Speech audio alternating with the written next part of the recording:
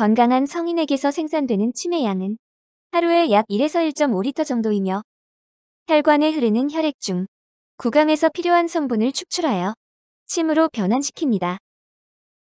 이렇게 만들어진 침은 구강 내 여러 기관이 원활하게 움직일 수 있도록 도와주며 음식물의 소화를 돕고 세균이 번식하는 것을 막아주는 역할을 합니다. 또한 목구멍과 식도가 다치지 않도록 보호하고 때에 따라 점막을 복구해주는 역할도 하며 산성으로 기울어진 입안을 중화하고 양치질 시 미처 닦이지 않은 음식물 찌꺼기를 씻어내기도 합니다. 이렇게 우리 입속에서 많은 역할을 하고 있는 침을 지속적으로 수면 중에 흘리고 자게 된다면 구취 및 구강 건조증, 구강내염증, 더 나아가 호흡장애, 수면무호흡증, 뇌졸중, 고혈압 등의 증상이 나타날 수 있습니다. 자면서 침을 흘리는 이유는 잠을 잘 때 코가 아닌 입으로 호흡을 하기 때문입니다. 사람은 누구나 코와 입을 통해 호흡할 수 있지만 입보다는 코로 호흡하는 것이 건강에 이롭습니다. 코로 호흡을 하게 되면 공기 중에 몸에 해로운 유해물질을 코에 있는 점액과 섬모들이 깨끗하게 정화시켜주는 역할을 하여 공기 중에 유해물질이 폐로 들어가는 것을 최소화해주지만 입은 그렇지 못하기 때문입니다.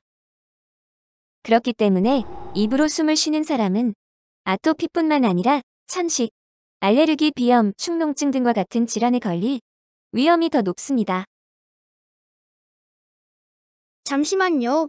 이 영상이 도움이 되고 있다면 구독과 좋아요 꼭 눌러주세요. 그렇다면 수면 중 침을 흘리지 않고 자기 위해서는 어떻게 해야 할까요? 먼저 올바른 수면 자세를 취하는 것이 좋습니다. 옆으로 누워 자거나 엎드려서 자게 될 경우 중력으로 인해 입이 벌어지면서 침이 나올 확률이 높기 때문에 똑바로 누워 자는 자세를 취하도록 하며 너무 높은 베개를 사용하지 않도록 합니다. 베개의 높이가 너무 높으면 기도가 좁아져 코로 호흡하기가 힘들어지기 때문에 자연스럽게 구강호흡을 하게 됩니다. 또한 축농증이나 알레르기, 비염 등의 코질환 치료가 필요합니다. 코가 막히면 숨을 쉬기 위해 입이 자연스럽게 열리게 되고 그로 인해 침이 흘러나오게 됩니다. 이런 코질환을 갖고 있는 사람들의 대부분은 구강호흡이 하나의 버릇처럼 습관화되어 있는 경우가 많습니다. 구강호흡이 습관처럼 될 경우 코골이 증상이 가속화될 수 있기 때문에 조심해야 합니다. 가벼운 코막힘이 있는 경우는 잠자기 전 따뜻한 물로 깨끗하게 코를 씻어주는 것이 좋습니다. 수면무호흡증 또한 의심해 봐야 합니다.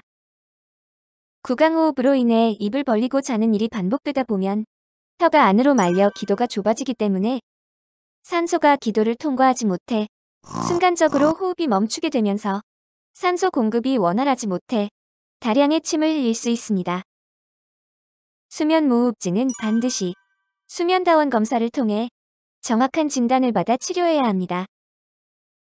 그 밖에도 구강 내 궤양이나 잇몸 질환과 같은 구강 질환이 침의 분비를 촉진시키기 때문에 구강 질환을 갖고 있는 건 아닌지 확인이 필요하며 복용하고 있는 약 중에 침을 과도하게 분비시키는 성분을 갖고 있는 약을 복용하고 있는 건 아닌지 확인이 필요합니다.